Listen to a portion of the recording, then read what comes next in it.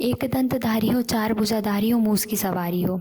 इससे तो आप समझ ही गए होंगे कि हम किसकी बात कर रहे हैं। जी हाँ, इस गणेश चतुर्थी पर हम आपको एक ऐसे गणेश मंदिर के बारे में बताने जा रहे हैं जो कि अपनी सिद्धियों के कारण लगातार चर्चा में बना रहता है। और यह मंदिर आज या कल का नहीं बल्कि 2000 साल पुराना माना जाता है।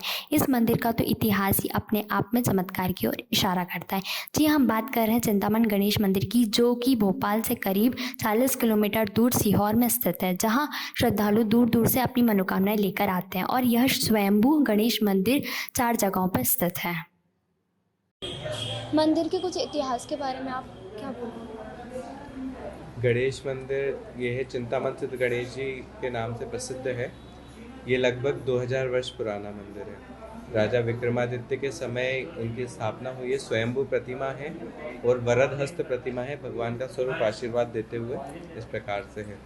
तो इसका इतिहास जो है वो इस तरीके से है कि जो राजा विक्रमादित्य थे, लगभग आज से 2000 वर्ष पहले उज्जैन उनकी राजधानी थी और पूरे वो विश्व के सम्राट उस समय होते थे। तो जब वो भगवान गणेश जी के अनन्य भक्त थे, तो इसलिए वो प्रति बुधवार दर्शन के लिए रणथंभौर राजस्थान जाया करते थे, जो कि उन्हें काफ़ी दूर उज्जैन से पड़ जाता था। तो भगवान ने उन्हें प्रसन्न होकर ऐसा स्वप्न दिया था कि यहीं पास में सीवन नदी जिसका नाम पुराना शिवनाथ नदी है और पार्वती नदी का संगम स्थल है।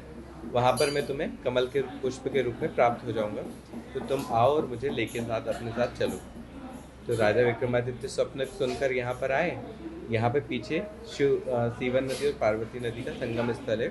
तो वहाँ पर आए, वहाँ पे उन्हें कमल का पुष्प प्राप्त हुआ है, तो उसे अपने साथ लेके रथ में चल दिए। उसके बाद ऐसी आकाशवाणी हुई कि रात में जहाँ तक ले जा सकते हो वहाँ ले जाओ, सुबह होते ही मैं रुक जाऊँगा। अभी इस स्थान पर आकर यहाँ पे कीचड़ के कारण रथ जो था उसके पहिए फंस गए, और उसके बाद जब राजा ने उन्हें आगे बढ़ाने का प्रयास किया तो रथ के पहिए ज़मीन में धंसने लग गए और रथ पूरा क्षतिग्रस्त हो गया। नया रथ आने में प्रातः काल हो गया। पंछी लोग बोलने लग गए, चिड़िया वगैरह चहचहाने लग गई।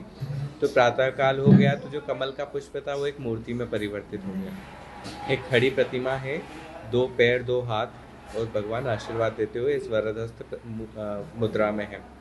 राजा ने प्रतिमा को आगे बढ़ाने का प्रयास किया तो प्रतिमा जमीन में धंसने लगी। काफ़ी प्रयास किया, हाथियों से भी खिंचवाया भगवान को, लेकिन भगवान आगे नहीं बढ़े, यहीं स्थापित हो गए। उसके बाद जब पेट तक का हिस्सा भगवान का ज़मीन में धंस गया तो फिर राजा ने अंत में यहीं पे भगवान का मंदिर बना दिया। लगभग विक्रम संवत 155 में इसका निर्माण बताते हैं और अभी करीब 2000 साल इसको हो चुके हैं। लोगों की मनोकामना यहाँ पे पूरी होती है। भगवान काफ़ी सिद्ध पुरुषों ने यहाँ पे आके सिद्धि प्राप्त की है और स्वास्तिक बनाने का यहाँ पे विधान है। मनोकामना के लिए लोग आते हैं, उल्टा स्वास्तिक बनाते हैं।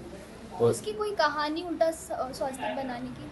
उसकी कोई कहानी नहीं है, उसका एक कारण ऐसा बताते हैं कि जो स्वास्तिक है भगवान गणेश जी का प्रतीक रूप में होता है। भगवान गणेश जी का ही एक प्रतीक है स्वास्तिक।